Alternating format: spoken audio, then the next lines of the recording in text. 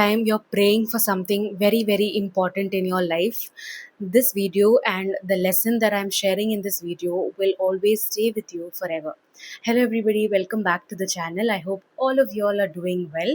I'm also doing very very well. So this video is, I'm going to share a story right now which is very personal. It is from one of my very close circle. I've taken their permission to share this. So there is this girl who is supposed to get married only after 30. That is what her destiny is expected to happen in her life. But somehow that person gets married under 30, and she faces the most brutal experience in that marriage. The marriage doesn't last and they go separate ways. So when the particular person's family goes to a very big healer or some astrologer, it's a mix of everything, and that person tells one line that shocks us, the whole family. um, the healer said this was supposed to happen only after 30. That is, the marriage was supposed to happen only after 30 because of that person's mother's prayer. It happened earlier. Now see, prayer is something very beautiful. Yes, we all, those who all are watching, will clearly understand the power and strength of prayer. So, what was supposed to happen after 30 happened before 30 and ended up in a split and a divorce because of a person's prayer. Now, did that mother pray that my child should get a divorce? No. The mother could not see that her child's marriage was getting delayed, so she prayed so desperately that before 30, by this age, my daughter needs to get married. So that prayer did work, but at the end, did the marriage work? No. The marriage did not work because destiny had given her the timeline of only after 30 for a successful marriage. Now, this will give you all a lot of questions in mind. Then, what about free will? Is destiny already, if everything is predestined, then why pray? I understand, and I don't have answer to that question. Till now I take free will as a 50-50 percentage of game. I will try and play the game if I want something.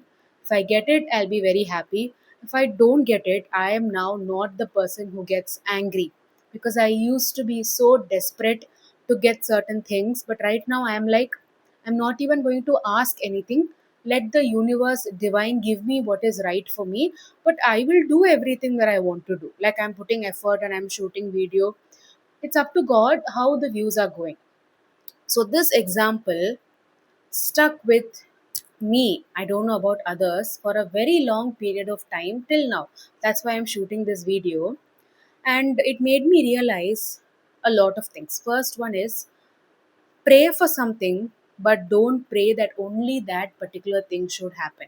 Always be open ended in your prayer. See, I want this, God.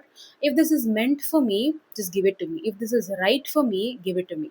If it is not right for me, then even if you take it away from me, let me be peaceful.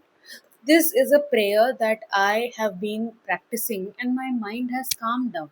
If you had seen my 15 years of anxiety video, you all know how much I struggled.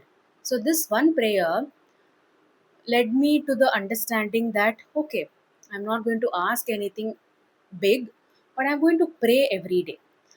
This is the first lesson for you. The second thing is, prayers never go unanswered. Now there is a this is a double-edged sword. What you pray, you're going to get, but be very practical and be very sure that what you want is actually your wish. This goes with a lot of government exam aspirants. After 2-3 years of preparation, they finally realize that no, I don't want this exam or this power and this position. It was my parents' dream or it was somebody else's dream. I was just one among the herd of sheep trying to prove myself. So, this is the second thing.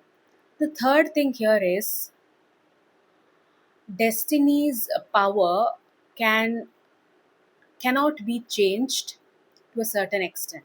So, one thing that I've realized is, when it comes to small things like what I want to wear, what I want to eat, or the what I places I want to go, I'm able to easily manifest those things. But the bigger things like life partner, business, job, incredible amount of money. All of these things of manifestation are either not happening or they are very slow. So I realized that wish for the small things in life and surrender the larger things in life. Do not run behind the big things in life. Because in this version, let's say I'm 26 right now, the 26-year-old version likes this. But what if the 30-year-old version does not like it?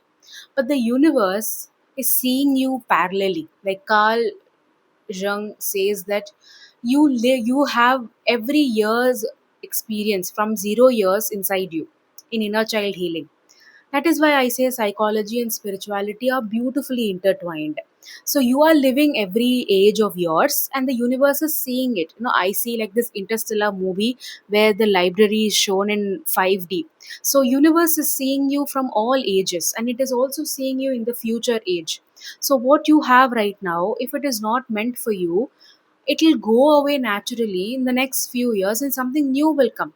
But if you're clinging to this thing only, I want to do only this, and you become rigid, that is when life feels stuck.